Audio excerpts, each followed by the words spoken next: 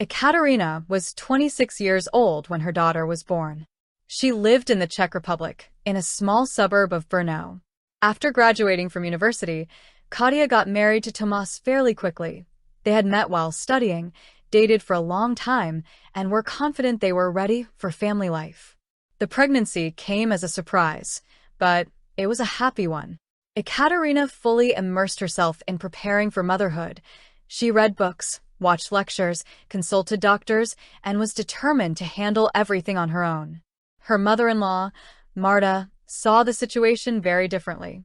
From the very first months, she made it clear that she did not trust her daughter-in-law. In her opinion, Ekaterina was too soft, too calm, and completely unprepared to raise a child. Marta constantly repeated that at such an age women still need guidance themselves, let alone when it comes to raising a baby. She openly believed she was far more competent. After all, she had once raised her son almost entirely on her own. A few weeks before the due date, Marta presented everyone with a fait accompli. She was moving in with the young couple to help and keep everything under control. Objections were not welcome. Ekaterina was already in the final stages of pregnancy, exhausted both physically and emotionally, so she did not have the strength to argue. Tomas, as expected, did not dare to stand up to his mother and simply told his wife that it would be calmer for everyone this way. However, there was no peace in the house. The conflicts began almost immediately after the baby was born. The loudest one erupted over the child's name. Ekaterina and Tomas had deliberately chosen not to decide on a name in advance. They wanted to see their daughter first and feel which name suited her. Ekaterina liked simple, classic names. She dreamed of calling her daughter Anna. Marta was furious. She declared the name boring and outdated, insisting that no one names children like that anymore.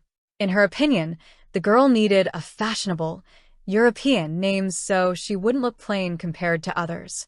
She suggested options that Ekaterina felt absolutely no connection to, and with every refusal accused her daughter-in-law of stubbornness and disrespect.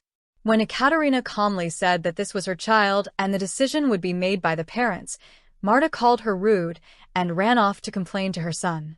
Despite the pressure, Ekaterina stood her ground. The girl was named Anna.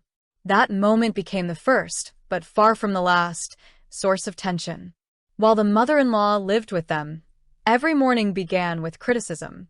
According to Marta, Ekaterina held the baby wrong, fed her incorrectly, picked her up too often, swaddled her poorly, and in general did everything wrong.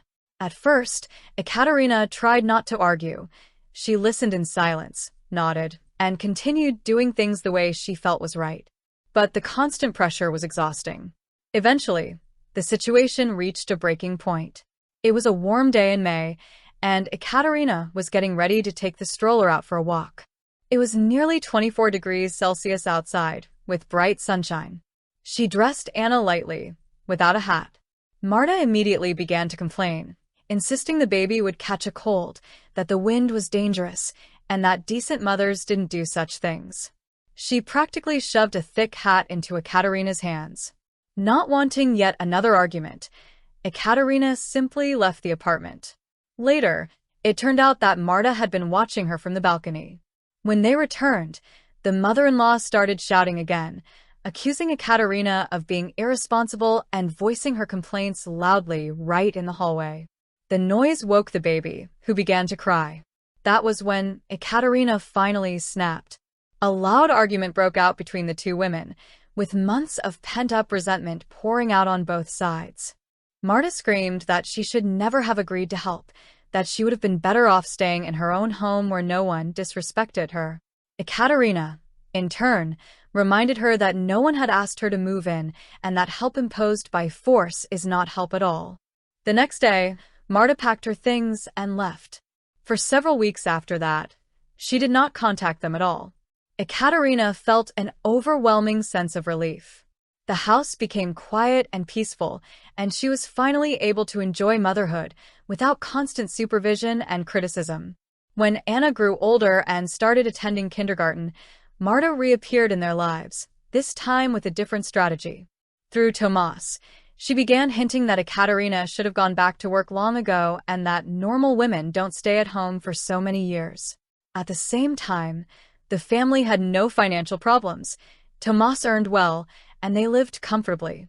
Ekaterina explained to her husband that their child was still frequently getting sick, that kindergarten adaptation had only just begun, and that combining all of this with work would be difficult. She planned to return to work later.